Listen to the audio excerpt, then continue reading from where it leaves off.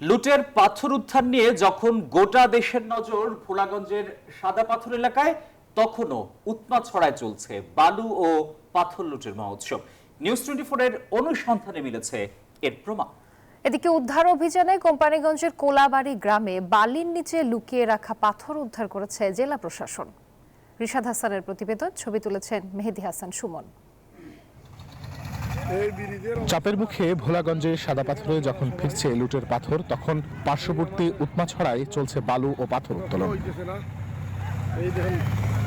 আমাদের বাড়িঘরের অবস্থা খারাপ।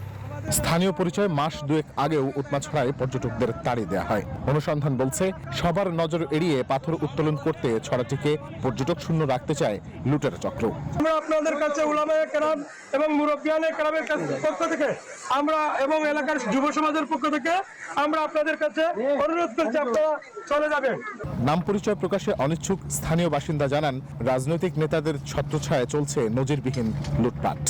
মোস্তাকিম আহমদ ফরহাদ, আপনি নেটও দেখবা, তার বিভিন্ন পেপার পত্রিকায় ওর অভিযোগ আছে। এ হইল মেইন নায়ক, বুঝলেন?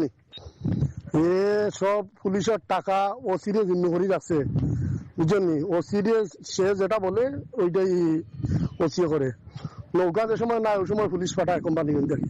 এদিকে লুট হওয়া এক্সট্রিম মশার কয়েল প্ল্যান্ট ফাইবার দিয়ে তৈরি, তাই সহজে ভাঙে না, সুগন্ধিযুক্ত ও নিরবিচ্ছিন্নভাবে জ্বলে। ডেঙ্গু, চিকুনগুনিয়া বাহি সহ যে কোনো মশার বিরুদ্ধে দেয় এক্সট্রিম সুরক্ষা। ভোলাগঞ্জের সাদা পাথর উদ্ধারে শুক্রবারও দিনভর অভিযান চালায় জেলা প্রশাসন।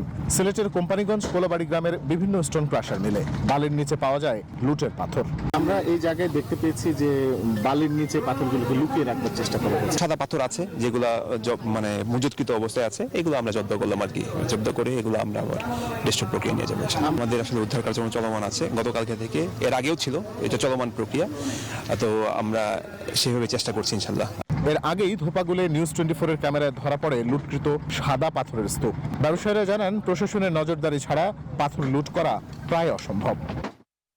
মূল অবরোধ যে আছে ধরতে আছে না, ওখানে প্রশাসনের সহযোগিতায় লেবাররা বার্কি শ্রমিক যারা আছে তারা পাথরটা সংগ্রহ করে। আমরা বৈধ আমরা তো বৈধই নিচ্ছি পাথরগুলো, আসলে আমরা তো সরাসরি পাই না। ওগুলা 5টা 6টা 7টা 8 বদল হয়ে আমাদের কাছে আসে।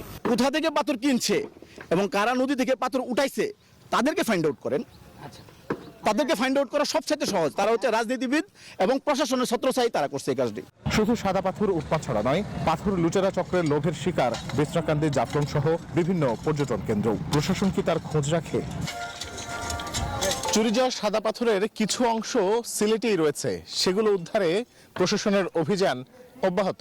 তবে যে পাথরগুলো এরই মধ্যে সিলেটের সীমা অতিক্রম করেছে, সেই পাথরগুলো উদ্ধারে অভিযান কতটুকু জোরদার হবে সেই প্রশ্ন থেকেই যাচ্ছে। রিশাদ হাসান, নিউজ 24, সিলেট।